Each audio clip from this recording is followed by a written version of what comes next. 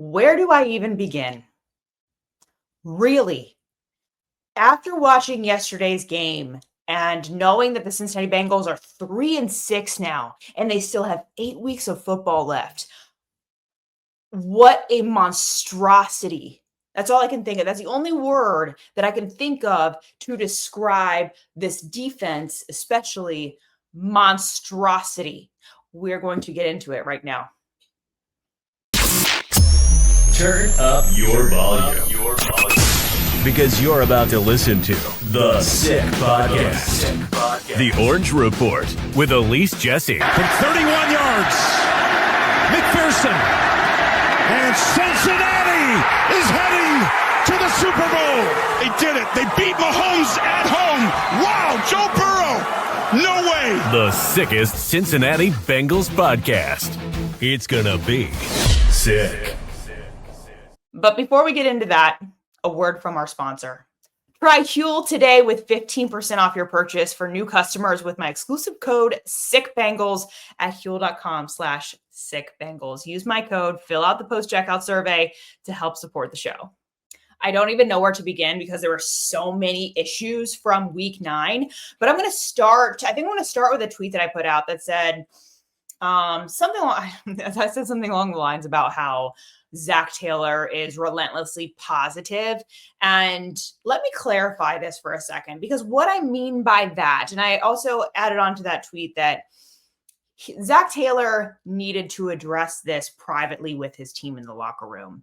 And when I said relentlessly positive, I meant that he was not being a prick to the media. Like, he was still coming out, still, trying to be positive, trying to spin it any way he can, not throwing anyone under the bus in a public manner.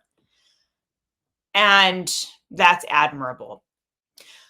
But I am hoping that when he gets into that locker room, there is a total change of attitude when he is in private with his players. We're going to talk about how I raised red flags about this 5 years ago, and no one really listened. But if you go back and you read the article that I wrote 5 years ago with the current lens, I think you're going to have a different perspective. This is what I'm going to show you a clip from 2009 in the Marvin Lewis era and how he spoke to his players. And that's with cameras rolling. I am hoping that Zac Taylor can take a little bit of that and bring that kind of attitude and that edge to the locker room, because it doesn't seem like he has a grasp on this team right now. Take a listen. Long ass season. This is a grind. And you can't give up the ball. You can't miss tackles. You can't step out of bounds. You can't have penalties. You can't field punts on the 1 yard line. Some of you wonder why you don't play and start. Because you won't tackle on an interception. Because you don't know who to block. So you better make up your mind what you're going to do. It's your football team. Find a way to fix it. Reach down inside and be a fucking pro. Reach down inside and be a pro. I have not seen pro play, especially from this defense. Specifically, it's been a mess for way too long, to be quite frank with you, in the Lou Anarumo era and in the Al Golden era. Okay, we're just going to look specifically at the last 2 weeks. An absolute mess. It doesn't look like they're playing with pride. They're not tackling. They're still not taking the right angles, which is honestly mind-boggling to me, because they learn how to do that at such a young age. That should be something that they are just good at without having to think about it. It's just a natural ability that you have when you get to the pros. Allowing over the last 2 weeks to the Jets and the Bears of all time. We're not talking about this defense not being able to handle the Bills and the Chiefs. They can't handle the Jets and the flipping Bears. You give up almost 1,100 total yards of offense to the Jets and the Bears at home. What? 39 points? And then you let the Caleb Williams and the Bears come in and drop almost 50 points in your house?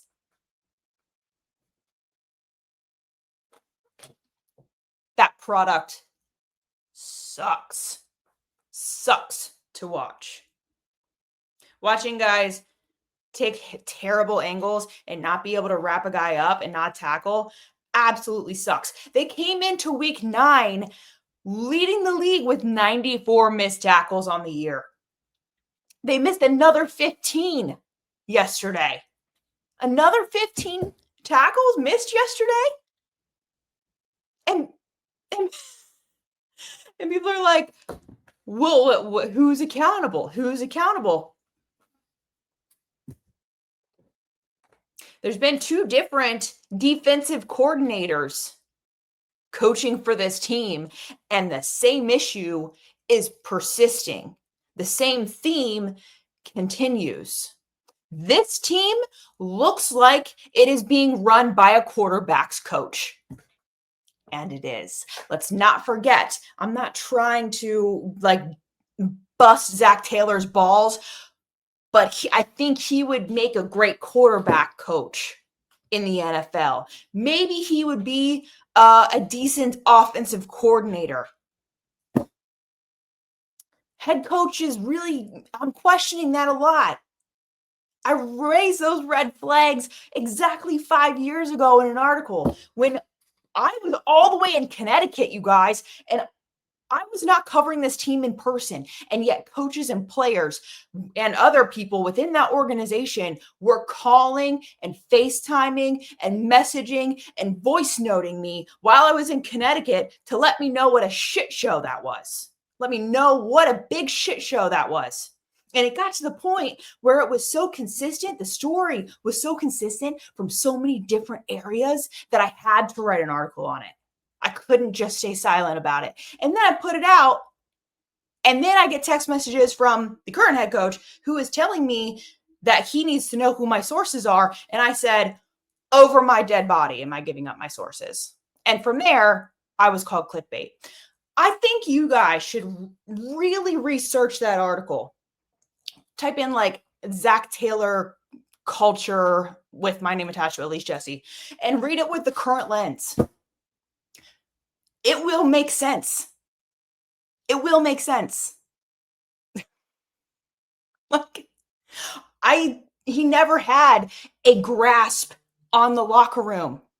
Back then, 5 years ago, it was being reported to me that guys were smirking and rolling their eyes when he was coming into the locker room after a loss and being positive and saying that they were doing a good job, because players can see through that. They've been in football long enough to know that that doesn't work.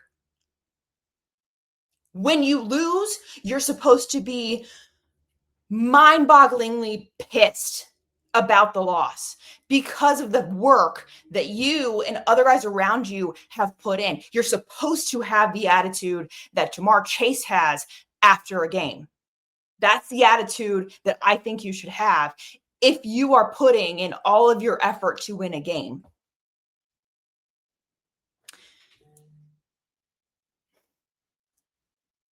I'm going to put that behind me now. I'm going to put that article behind me. I tried to alert. I digress. I see a lot of selfishness coming from this team's defense right now. And it's not just about the fact that they won't do the hard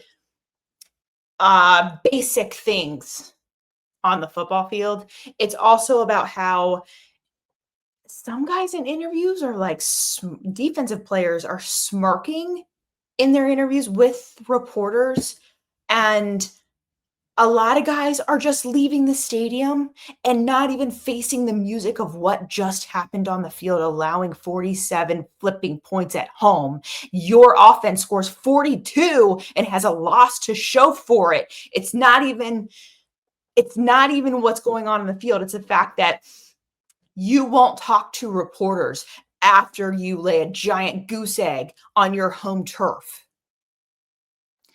Jamar Chase was getting peeved at reporters who were asking him about the defensive collapse because they had to. And he was like, I'm an offensive player. Ask the defense these questions. Why do you keep asking me about the defensive side of the ball? I'm an offensive player. And he's in the right to reply with that. He's annoyed. He's annoyed by it. From the reporter's perspective, they have to find some kind of quote or something to help speak about the collapse that everyone just watched. So for defensive players to just leave the stadium without talking to the media, that then puts your offensive side of the ball in a position where now they have to field those questions about your terrible play. It's selfish. It's ridiculous.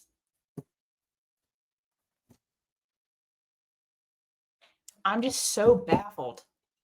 I'm so baffled. And I know you guys are going to say you shouldn't be baffled, especially if you've paid attention to this team. I've paid attention to this team my entire life.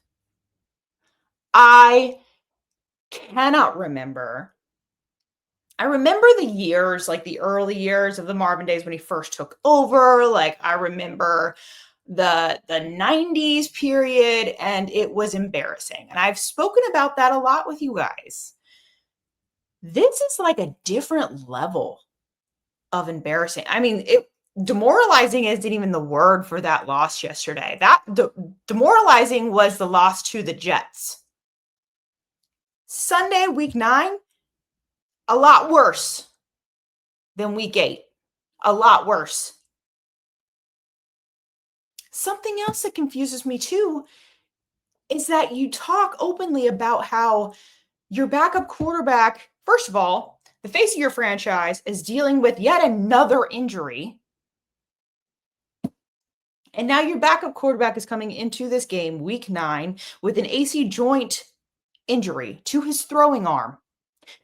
And instead of leaning into the run, you decide to have him throw the ball over 40 times for a career high. He's never thrown that much in his entire career, and yet you have him do it while he's injured.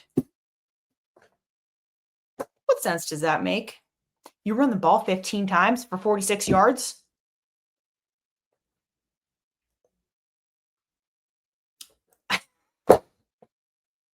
It doesn't make sense to me. It doesn't. I was happy to see that T was more involved. I'm grasping for a positive here. I liked seeing that T Higgins was more involved, and I think he was ready and willing to show people exactly why he deserves more than 2 targets like he got against the Jets. It's inexcusable. There's no excuse for what we watched yesterday. I know you guys are all like calling for certain people's jobs. I'm not going to call for someone's job. I do think that there are certain guys, Zac Taylor in particular was one of them, who would be better in a different position, still within the NFL. I think that he is a very smart offensive mind. But I wonder how he is leading a large group of men. And that's been the question since he was hired.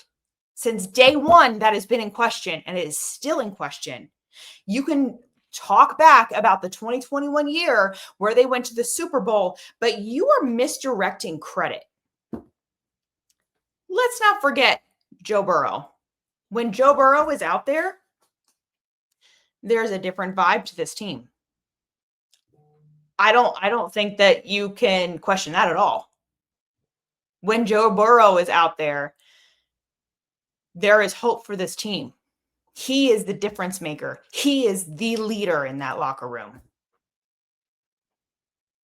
I'm not saying that, maybe I am.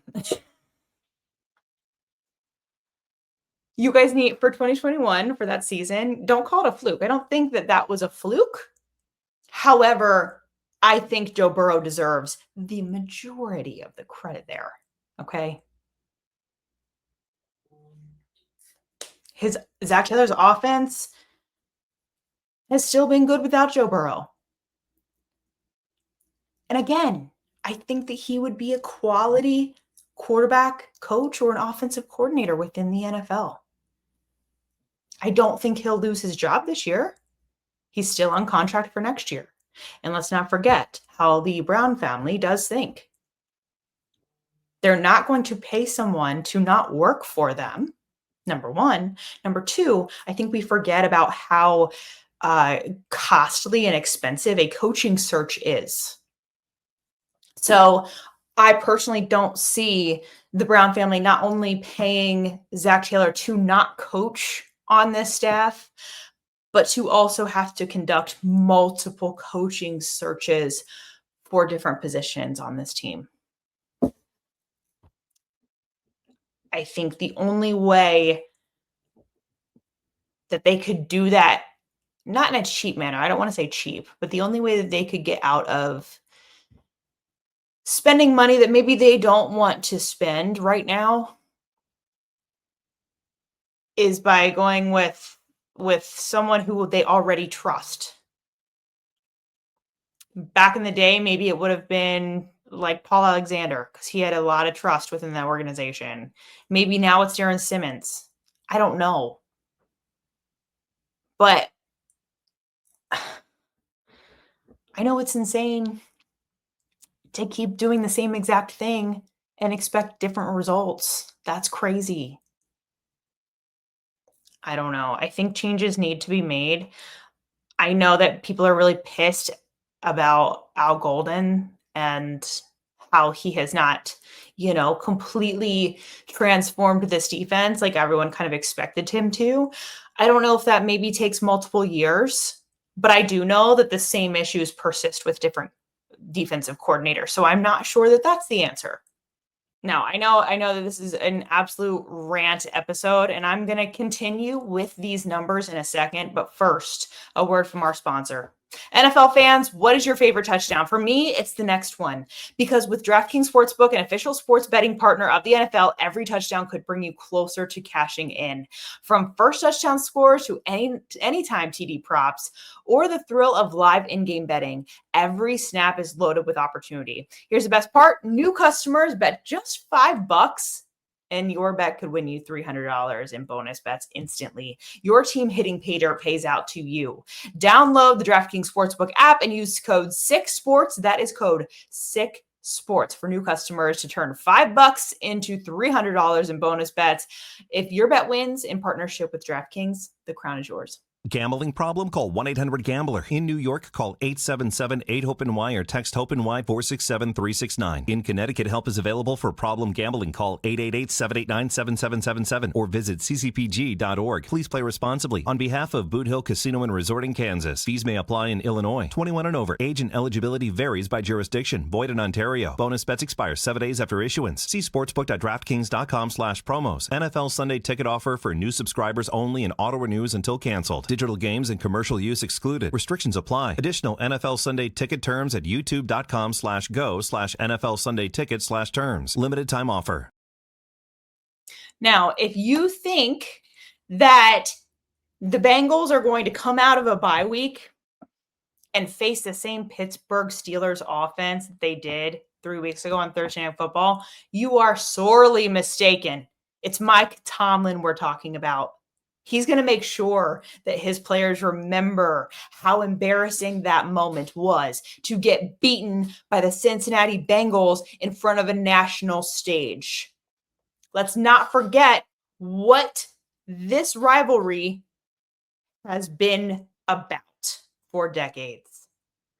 Physicality, bad blood. The two sides, if you've followed the Bengals for a while, you know what it is when it's Pittsburgh week. Mike Tomlin will make sure that his players do not come out and face embarrassment again, twice in 4 weeks. It's not going to happen. I'll see you next week. And that's a wrap. Hope you don't miss us too much until next time. Follow the Sick Podcast, The Orange Report with Elise Jesse on YouTube, Instagram, Facebook, Google Play, and Apple Podcasts.